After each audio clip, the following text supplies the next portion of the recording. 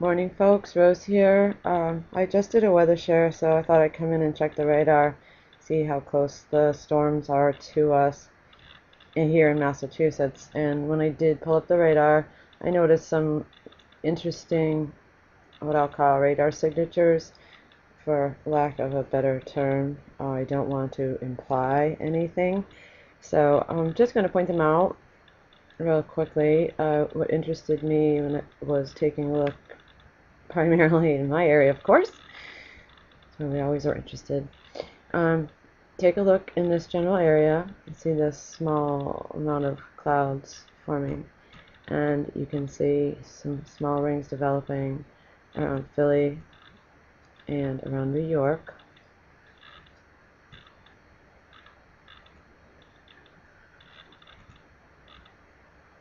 Sometimes in telecast is slow. I was blaming it on my computer, but now I'm blaming it on ads. Let's see if I can do a frame by frame. Let me zoom in a little bit for you. This will obviously require everything to reload, so please be patient as the radar reloads. I'm going to play this. Again, just watch this area here for the moment. Let's see if I can back it up. Yeah, it's a little slow, but I can back it up.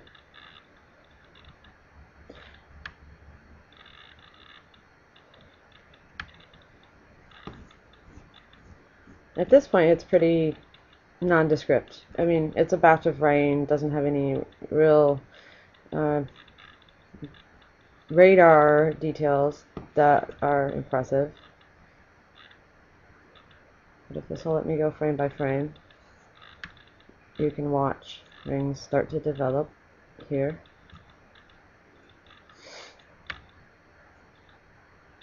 And pardon my stuffy nose, I have a lot of allergies, so I'm like this every morning.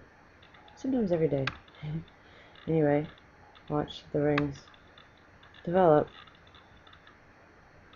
as I go frame by frame.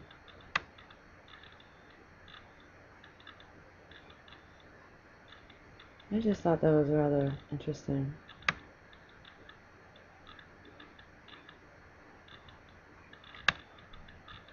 What's coming my way? And how is anything being changed because of this? And here's another small ring you can see up here. A lot of this might just be due to radar signatures. I'm not going to attribute it to anything else because I don't know, but I always think these are very interesting to watch. So I'm going to let the loop play through.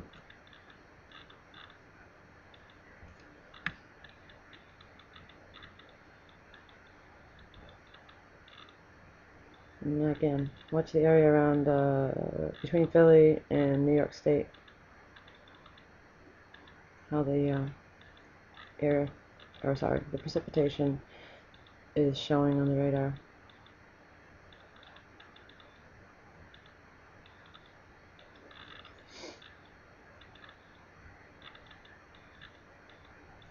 I'm going to pause and bring it up here, because as I was letting that play a little bit, I was looking to see what was going on closer to home. And play that through and just kind of observe almost a large ring able to be seen in this area. Starts small and then gets big. My cursor out of the way. Right over Massachusetts. So maybe most of the storm is going to head off north of us. That's my hope. Zoom back out and take a look at the storm system itself. What's left of it. The comma that people were talking about yesterday. That's my cursor. There it is. Bring this back over.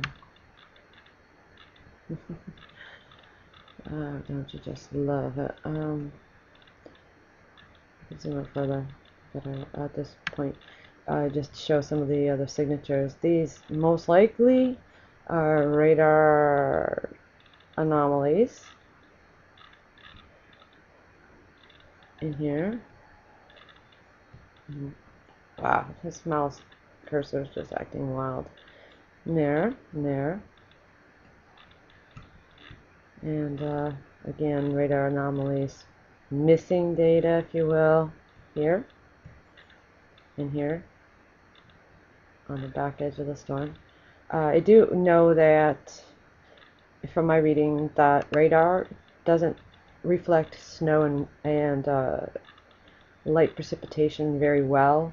It does reflect rain very well, so that of course could be a good reason for this not to be showing, and computer models have to kind of fill in the data there. This little red spot down here, I was watching it yesterday, last night, because I noticed it popped up and there wasn't even any rain. And then after a little investigating, found out there's wind farms in that area. So what was a suspicious red dot to me yesterday really just turned out to be a wind farm signature. Interesting big hole right here.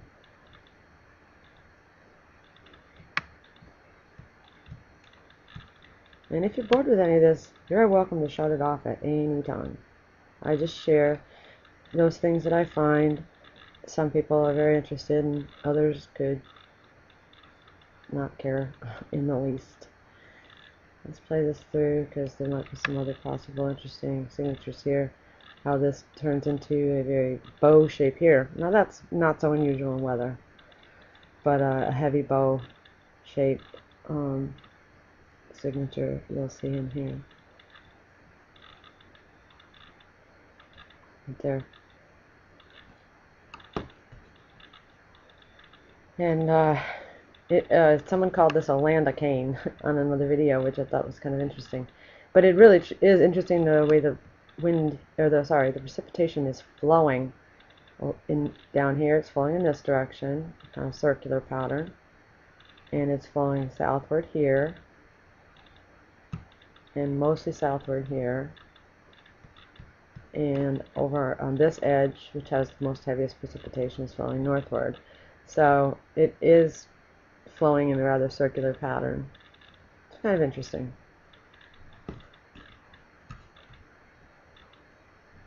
Found another little blip. Just a blip. Right there. Oop. If you blink, you'll miss it. Why don't we zoom? Just because it's interesting. Right there. And pause it. Finally have learned that you get better results if you pause. And then do your zooming and looping. Just seems to load the data better.